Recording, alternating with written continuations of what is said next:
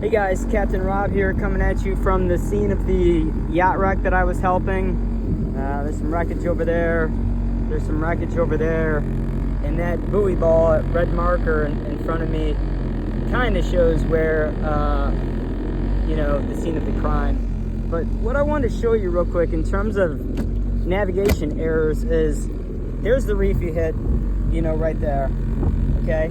So that red ball essentially is the reef that he hit. And there's the shore right there.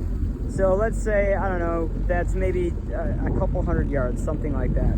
So number one, that boat really didn't have any business this close to shore either. But just look at my datums, okay? Look at my GPS datums. So I got over that reef, 1 foot, 0 feet, 1.3 feet, 2.2, 4.8. Let's scroll out a little bit. 4, 4 and 5s. So 4 and 5s, I would say, is what the datum is saying for average depth in this area. That was an 84-foot boat, okay? So the draft on that boat is deeper than that datum. And if you guys don't know what datum is, it's not actual depth. It's average low depth, okay? So even though, like, for example, right now, let's scroll in, and it said my datum is basically 3.8. I can see the bottom, but that's not 3.8 feet. It's probably, I don't know, 6 to maybe 8 feet, something like that.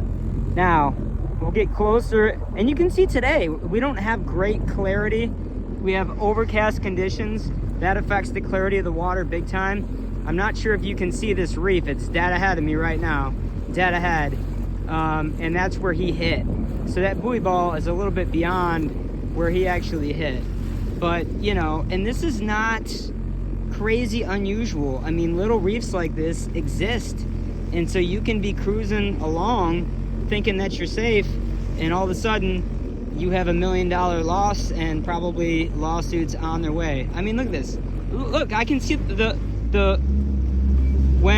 the trough of the wave is over this reef, I can see the water, I can see the coral breaching the water. So if I went over that right now on the jet ski, I would hit. And that is what this guy hit.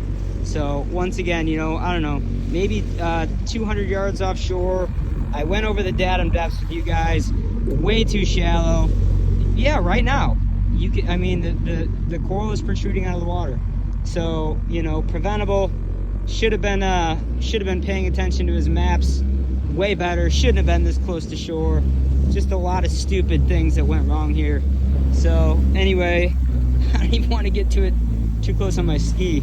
Anyway, so this is Rob with the Puerto Rico's Mariners Institute. We have upcoming training, both online training. We're the educational partner with the Mariners Learning System. We're going to be doing classroom training for both recreational and commercial mariners. And we're going to, most importantly, in my opinion, be doing on-the-water training, where we're going to be getting into, difficult situations, tough navigation, tough weather, big seas. Because guess what? Everything's fine until it's not. And if you don't know how to handle yourself in these situations, you're going to be in deep trouble. And so rather than, taking a reactive approach, we're going to take a proactive approach, even though it's scary. I mean, it's scary to do, but you got to do it. Otherwise, you get caught in your first squall with your pants down. You may or may not make it out. Look at this. I can see something red coming out of the water. You can see white line.